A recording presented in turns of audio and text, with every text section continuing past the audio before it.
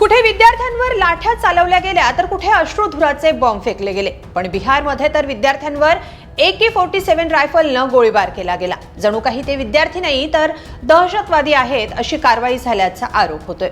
एकीकडे दिल्लीत जंतर मंतरवर पोलिसांच्या लाठीचार्जवर सर्वोच्च न्यायालयानं संताप व्यक्त केलाय। तिथं पॅलेट गनचा वापरही केला गेला।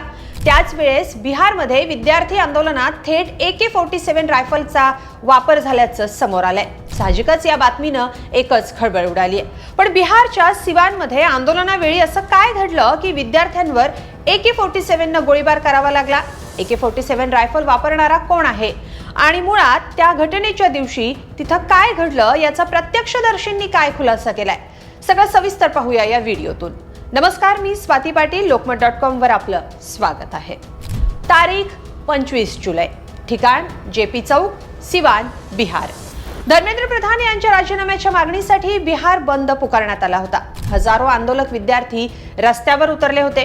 त्याच वेळेस एका कॉन्स्टेबलनं थेट AK-47 न गोळीबार केल्याचा एक व्हिडिओ आता समोर आलाय आणि एकच खळबळ उडाली आहे। धक्कादायक बाब म्हणजे या गोळीबारात 3 विद्यार्थीही जखमी झालेत। व्हायरल व्हिडिओनुसार बिहारमध्ये जॅकेट आणि टोपी घातलेला एक जण विद्यार्थ्यांवर गोळीबार करतोय। यात गोळीबाराचा आवाजही ऐकू येतोय। यावरून विरोधकांनी काय आरोप केलेत, प्रत्यक्षदर्शींनी काय खुलासा केलाय ते पाहणार आहोत। पण आधी पाहूया AK-47 वापरणारा किंवा AK-47 चालवणारा तो कॉन्स्टेबल कोण होता। JP चौकात आंदोलक आणि पोलिसांमध्ये तीव्र चकमक उडाली। पोलिसांनी लाठीचार्ज सुरू केला। त्याच वेळेस एका पोलिसानं आंदोलकांच्या दिशेनं गोळीबार केला, तोही AK-47 रायफलमधून। बिहारचे SP पूरण झा यांनी या घटनेची चौकशी केली आहे। तेव्हा गोळीबार करणारा कॉन्स्टेबल हा बिहारच्या SIT मध्ये काम करत असल्याचं समोर आलंय। अभिषेक कुमार पटेल असं या कॉन्स्टेबलचं नाव आहे। बिहारचे SP पूरण झा यांच्या सुरक्षा पथकात तो तैनात होता।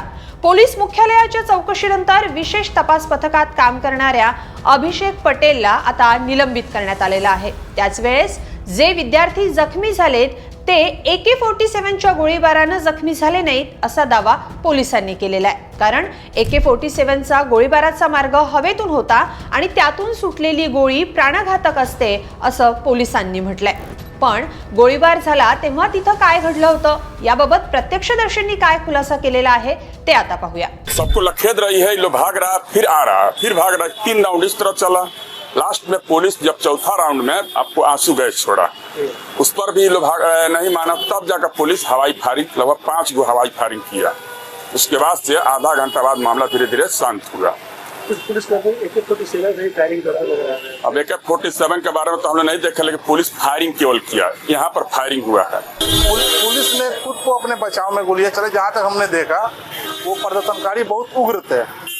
पुलिस 2-4 50 100 के लपेट में थे, लेकिन वो हजारों के तादाद में थे और बहुत भारी मात्रा में पत्थर और ईटा का प्रयोग किया गया।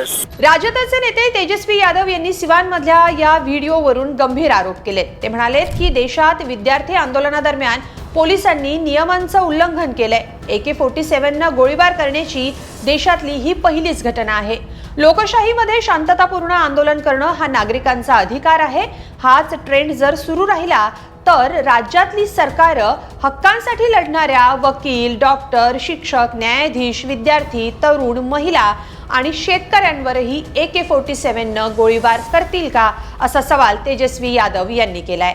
तर विरोधी पक्षनेते राहुल गांधी यांनी संपूर्ण यंत्रणा विद्यार्थ्यांच्या विरोधात मारेकऱ्यासारखी उभी आहे असं म्हटलंय। राहुल गांधी यांनी म्हटलंय की संपूर्ण व्यवस्था विद्यार्थ्यांच्या विरोधात आहे। बिहारमध्ये आंदोलन करणाऱ्या विद्यार्थ्यांवर AK-47 न गोळीबार झाल्याचं वृत्त आहे। शेकडो विद्यार्थ्यांना अटक करून त्यांच्या विरोधात खोट्या FIR दाखल करण्यात आल्यात असा आरोपही राहुल गांधी यांनी केलेला आहे। आता या आरोपांमध्ये तथ्य असल्याचीही बातमी समोर आली आहे, कारण बिहारमध्ये कामासाठी बाहेर गेलेल्या मुलांना पोलिसांनी अटक केल्याचा आरोप मुलांच्या नातेवाईकांनी केलाय। पर जो मेरा भाई निकला था घर में ये बोल के कि वो आ रहा है, ठीक है, पर वो आया नहीं। सर मेरा भाई सिविल इंजीनियर है, वो फिलहाल अभी पटना आया हुआ था क्योंकि सर प्रोटेस्ट में वो नहीं गया था, कभी जाता ही नहीं है। प्रोटेस्ट के नाम पे उनको उठा लिया गया है, जबकि वो प्रोटेस्ट में गए भी नहीं हैं। और ऐसे बहुत सारे लड़के हैं जो प्रोटेस्ट में नहीं गए हैं, कोई कोई अपने अपने काम से गया है, और उन सबको उठा लिया गया है बेवजह का और बहुत सारा धारा लगाया गया है। FIR रजिस्टर्ड हुआ है और उनको जेल भेज दिया गया है। 35 घंटा थाना में रखने के बाद जेल भेजा गया। दरम्यान AK-47चा वापर असो की विद्यार्थ्यांवर लाठीचार्ज, भाजप नेत्यांकडून हे सगळं खोटं असल्याचा दावा केला जातोय। हे आरोप दिशाभूल करण्यासाठी केले जात असल्याचा आरोपही भाजपचे नेते करतायत। AK-47 न गोळीबार करणाऱ्या अभिषेक पटेलला आता निलंबित केलं असलं तरी हे प्रकरण थेट सर्वोच्च न्यायालयातही गेलेलं आहे। राज्याचे खासदार मनोज कुमार झा यांनी या प्रकरणात जनहित याचिका दाखल केली आहे। तर कॉक्रोच जनता पार्टीनं विद्यार्थ्यांवरची कारवाई सहन केली जाणार नाही असं म्हटलंय। एकंदरीत धर्मेंद्र प्रधान यांचा राजीनामा झाला असला तरी आंदोलनादरम्यान विद्यार्थ्यांवर झालेली कारवाई सध्या वादात सापडली आहे। याबाबत तुमचं काय मत आहे कमेंटमध्ये नक्की लिहा आणि lokmat.com ला सबस्क्राइब करा। धन्यवाद।